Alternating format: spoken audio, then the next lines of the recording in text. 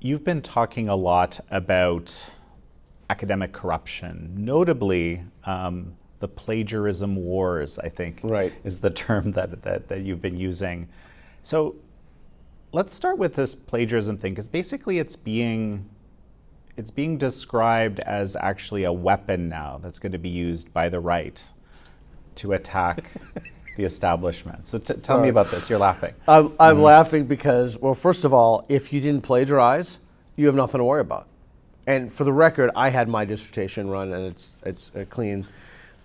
So the idea that somehow this is a vast right-wing conspiracy to weed out what? People who have obtained their credentials fraudulently? Okay, well, what would it matter if it was a right-wing conspiracy, any kind of conspiracy? There are people, a non-trivial number of people, who teach in the academy, many of whom have tenure, who have obtained their credentials fraudulently. They have lied. They have cheated on their PhD. And that is an extraordinarily serious problem on multiple levels. Makes perfect sense to me. Yeah. Right? But somehow, it doesn't seem to be like people are treating it as seriously as you and I would. Well, that's right? because they don't understand the depth of the problem. They don't understand the severity of the problem, and they don't understand. I mean, look, Claudine Gay, $900,000 a year, president of Harvard. She got caught for plagiarism in an egregious way.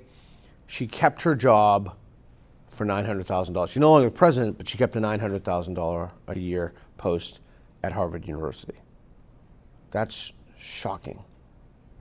That's shocking. Well, because there's other criteria that are more important to these administrations. Right? Okay, yes, and the minimum bar to get in is it's assumed when you have your PhD that you went through a process, a rigorous process to get that, and you did not commit fraud to obtain that credential.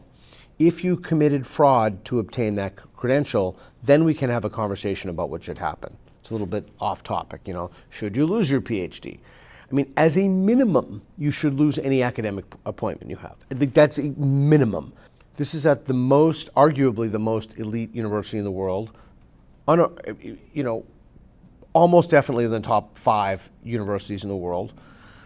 And you have somebody who has obtained their degree fraudulently still in a position of authority.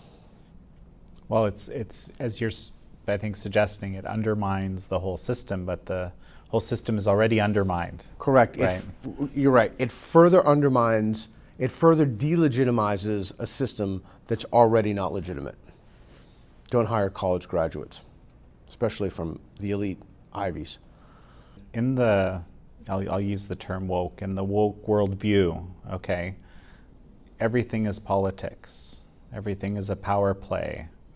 And the means of getting there seem to be discretionary, right? So you can kind of imagine how this sort of situation arose. Yeah. Think about the first thing that you said that caused me to laugh, that this is a right-wing conspiracy. Mm-hmm. Can you imagine saying that we need to keep people who have obtained their credentials dishonestly, they've cheated, lied through fraud, that we need to retain those people in service to some other ideology? That in and of itself should completely delegitimize the whole institution. So my viewpoint has developed through many interviews, including some with you in the past. Thank you. Okay. For decades now, in the academy and then further in industry and in various institutions, including government, there's been this strong selection process of people who through coded language and ability to write a certain way and ability to demonstrate their bona fide in, I'll say glibly, wokeism. Okay, getting positions of merit, positions of power. And there's a disproportionate number of these people. Not getting positions of merit, right. Getting positions of authority. Positions of authority, right. Okay, that's right. And so here we are, right? So I would expect, based on everything, that probably there's a heck of a lot of this cheating going on, That's the question. right? That's the million-dollar question. So here are the questions. What percentage of dissertations in the humanities are plagiarized? I don't know. I can take a guess. What percentage of dissertations in certain fields are plagiarized? The best thing that we have now is called Turnitin, but there are too many false positives and false negatives. So there are tools being developed to analyze plagiarism, and very soon, within 8 months, is the best prediction that we're going to know in mass how many people have committed fraud. So my guess to you is you're looking at 7 to 9% of dissertations in the humanities that are plagiarized. If I'm wrong, it's not because there are fewer, it's because there are far, far more. But the 7 to 9 is a very conservative estimate. And my next guess to you, educated guess, would be that they would be in fields with the word studies in them. Gender studies, anything, any member of the grievance studies. They would be in black studies, anything with the word Chicano studies, indigenous studies. But again, that's a guess, that's my prediction, I don't know. But I want to say something that gets lost in this conversation.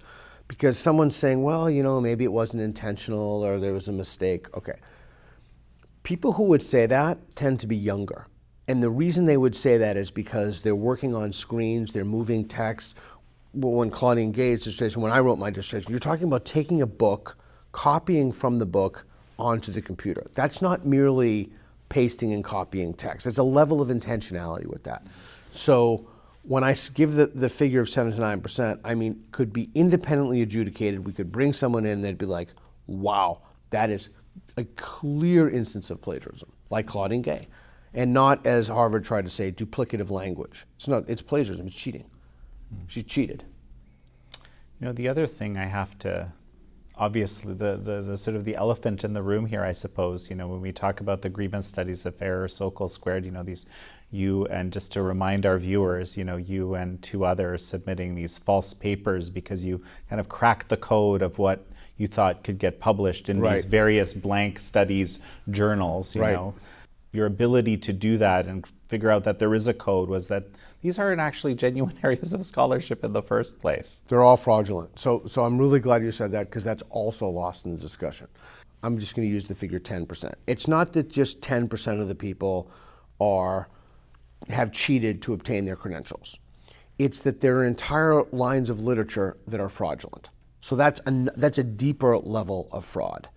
And then there's another level of fraud that we haven't talked about, is the universities protecting the people either through making it more difficult to find those dissertations, pulling off the names of people on DEI websites.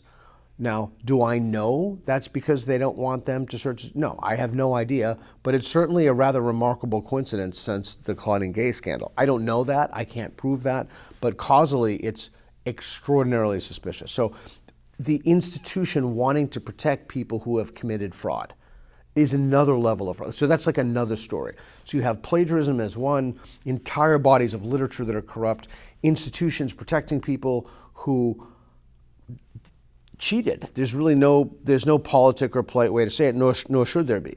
So you have, and then you have other things that we can talk about, like citation, cartels, et cetera. But those are the 3 areas of corruption. Well, to me, there's a 4th area. Please. Okay? The 4th area is the administrators. Mm-hmm.